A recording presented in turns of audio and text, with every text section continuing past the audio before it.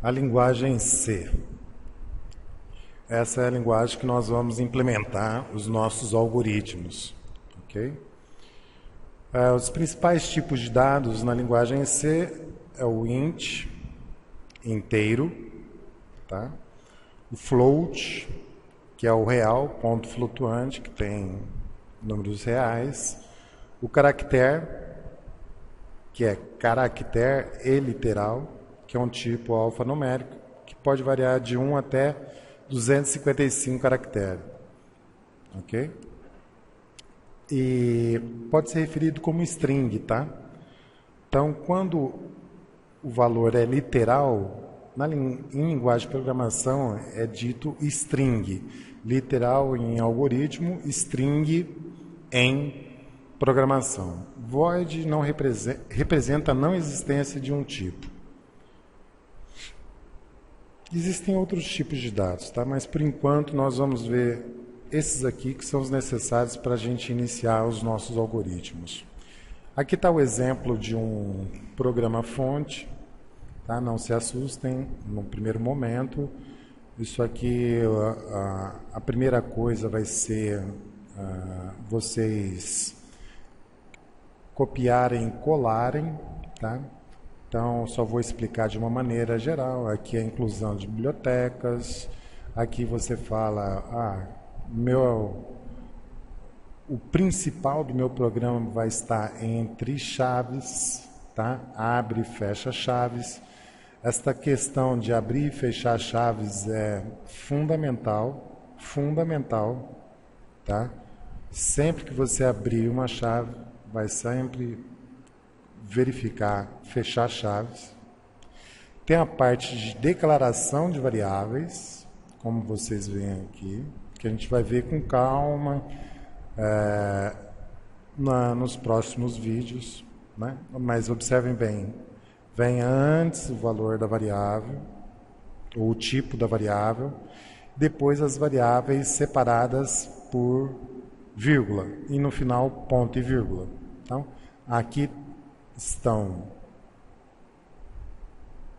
as variáveis que eu vou usar no meu programa, tá? E a partir, tem um espaço aqui, né? E aqui significa que eu vou iniciar os comandos, as instruções do meu programa. Observem que aqui tem comandos de entrada, de saída, de imprimir na tela,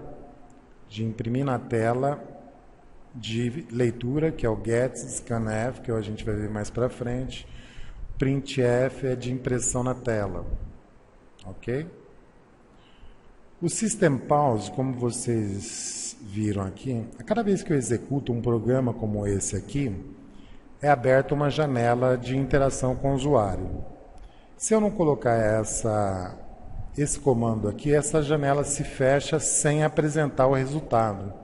Ok? Então, para que eu consiga ver o resultado, eu preciso colocar System Pause. Este comando é colocado no final do programa, pois fará com que o programa, a janela de execução, não seja fechado automaticamente quando terminar, somente após o pressionamento de alguma tecla.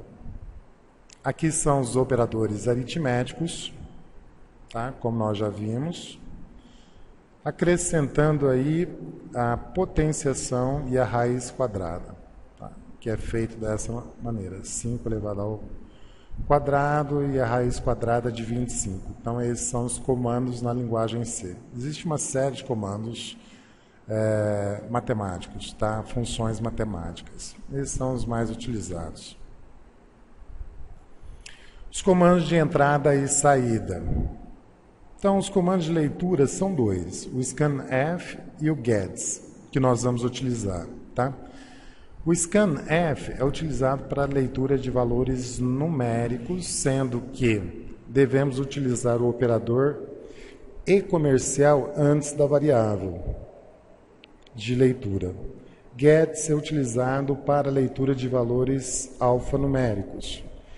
Printf é utilizado para a escrita de valores tanto numéricos quanto alfanuméricos. Além desses aqui, existem outros comandos, mas a gente vai ficar com esses comandos de interação com o usuário, de entrada e saída, tá? Aqui. Como funciona o comando de leitura e escrita de números inteiros ou reais? Porque o comando gets é para variáveis do tipo char. Não é necessário acrescentar nenhum atributo. Para os demais, então nós temos atributos.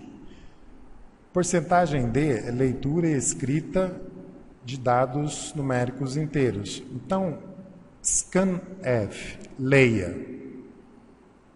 Leia idade, está lá no algoritmo. Aqui vai ser scanf. Eu tenho que falar qual é o tipo da variável, porcentagem D, tudo entre apóstrofe, vírgula. No comando de leitura eu tenho que colocar esse E comercial e aí o nome da variável, fecha parênteses, ponto e vírgula. Porcentagem F é para números reais, tanto leitura como escrita. Então eu vou imprimir na tela, print, escreva salário, print F, salário. Só que eu tenho que colocar aqui porcentagem F, tá? Entre apóstrofe, vírgula, porque eu vou imprimir um valor do tipo real, ponto e vírgula. Quando eu quero imprimir valores do tipo strings, né? Literais, char, então eu coloco porcentagem S.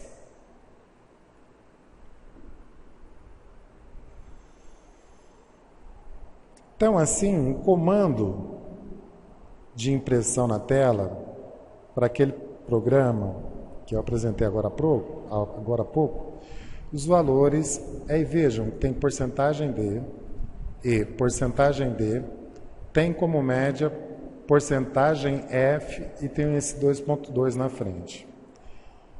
Aqui correspondem, o primeiro porcentagem D é a primeira variável, N1. O segundo porcentagem D é a variável N2. E esse porcentagem F é a média. Lembrando que F é real, então eu posso falar quantas casas inteiras e quantas casas decimais eu quero que imprima na tela. Então, entre o porcentagem 1F, eu coloco a formatação que eu quero que se imprima na tela. Assim, se os valores de N1, N2 e médias sejam 8, 7, 7,5, a impressão na tela será da seguinte maneira.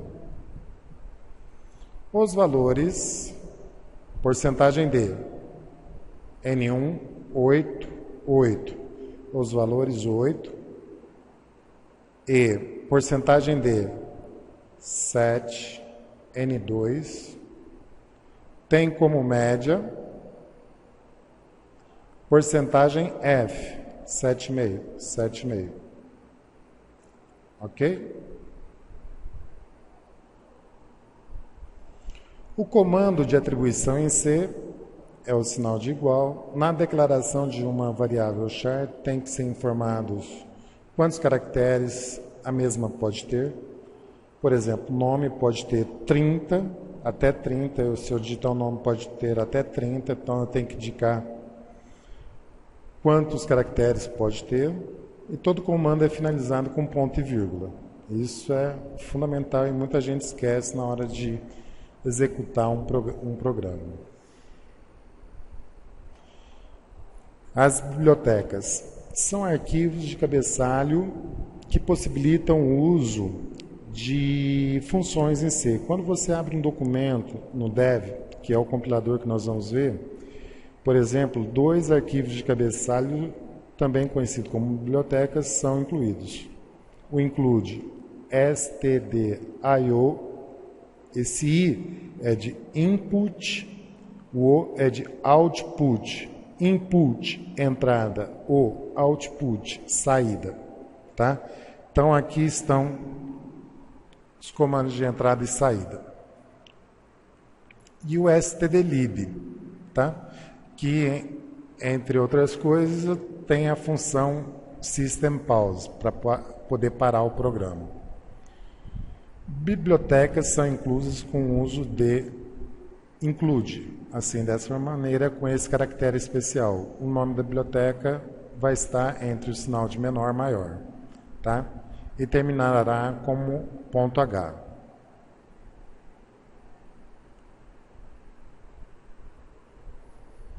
Então, como eu disse, a stdio é responsável pelas funções de entrada e saída de dados, printf, scanf. Já a stdlib é responsável pela conversão de strings para números, gerenciamento de alocação de memória e o uso da função system pause. E é justamente por isso que essas bibliotecas devem estar em todos os códigos fontes que vocês forem implementar, tá? E aqui tem um exemplo das bibliotecas que podem ser utilizadas. São várias. Não vou entrar, eu vou passar esse arquivo para vocês, disponibilizar esse arquivo para vocês, para que vocês tenham uma noção da importância de bibliotecas e quais as funções que cada biblioteca pode ter. Ok? A gente se vê no próximo vídeo.